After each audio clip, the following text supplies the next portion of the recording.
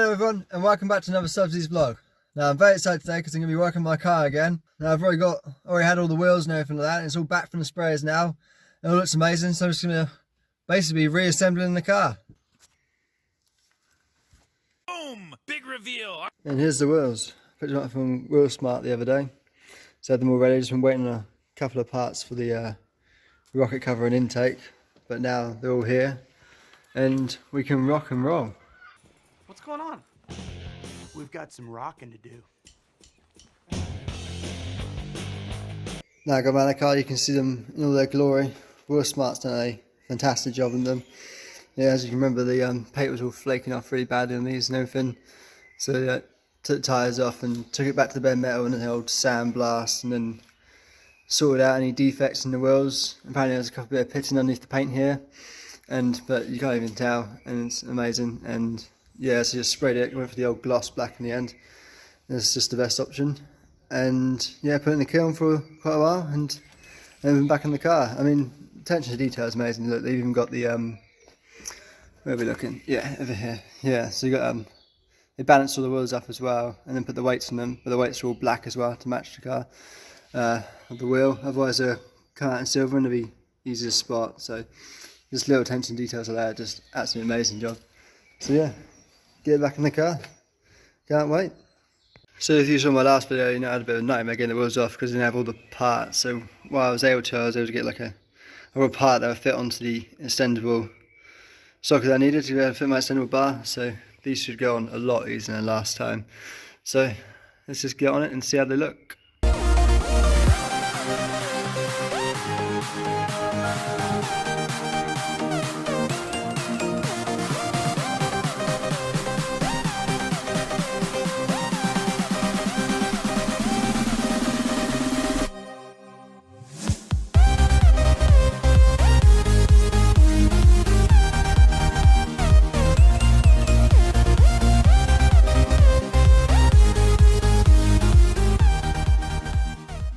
Alright, finally got the wheels back in the car. Took a bit longer than I thought, but it's all good. Now the car's all lowered down and ready to go back into its spot. It looks much better than it did before. But yeah, that's good now. I've got the wheels on, you can see it completed. But yeah, and now I got the wheels on, we're going to have to push the car back into its spot so the neighbour can have her space back. She's kind of have to lend it to me for a week, but it's been a week and a half, so she still wants it back. Alright, managed to get the car back in its space, so the space is now available from the neighbour. Robin gave me a hand, so it's much easier than last time. Yeah, so it's a bit late now, and I got the old bits, so I'll work on the old bits tomorrow. And you'll see me reassemble the rest of the GTO.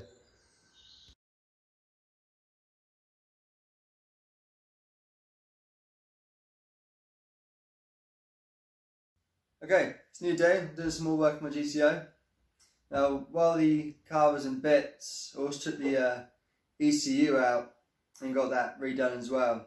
Now, the GTOs, they got a bit of a common sort of fault. The capacitors inside the ECU start to leak as they get a bit older, and directly underneath the ECU and GTOs is the motherboard.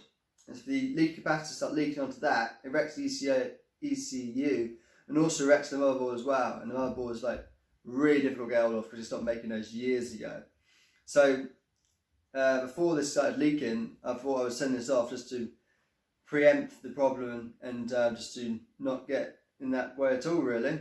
So, what's it called? I'll pause it there.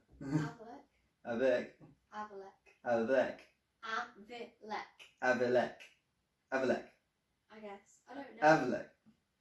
Right. So I sent the ECU off to Avalek, which is in the Isle of Wight, and they stripped it all apart and refreshed all the electrics with 21st century bits.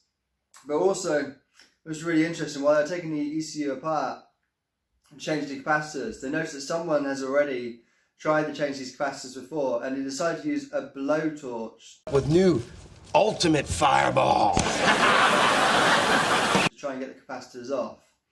So, which in turn burnt all around the capacitor, which burnt the circuit board, and also actually made a small crack in the circuit board as well. If this was left unchecked, the crack would have got worse and worse and worse until it's completely snapped, I guess. And it would be wouldn't even be able to fix it, it'd be unrepairable. So luckily, done it, got it sent off, and they saw the crack and they repaired all of it, and it was all included in the price. So it's really lucky I got it sent off when I did, otherwise it just got worse and worse and worse. So now I can put the ECU back on the car. Okay, now we're in the car. As you obviously know, I've already taken the ECU off, so I can show you where it came from. See, the ECU sort of fits down in there. And you got to remove the carpets on both sides, just 1 or 2 screws. And then there's a bolt on this side, 1 bolt on this side, 2 bolts on that side to keep the ECU in, and then there's just all these plugs here. They're all different sizes, so you can't get them wrong. Put them back in. Yeah, I just had to do a quick repair on the car because the radio is different, as you can see, it's digital. But the previous owner took the aerial through this little hole here. And I never liked that really because I wanted to conceal it, but it's sort of like done a little bit of damage, obviously doing it in the past. So hopefully I can sort of fix that and pull back together properly this time. Now I've actually sort of taken the carpet off. There's only 2 screws. I don't understand why I just took it through the hole that was just there. It's really annoying, but the radio all came off really easy, so that was really nice. Yeah, so now I'll just put the ECU back together and I'll show you how we do it.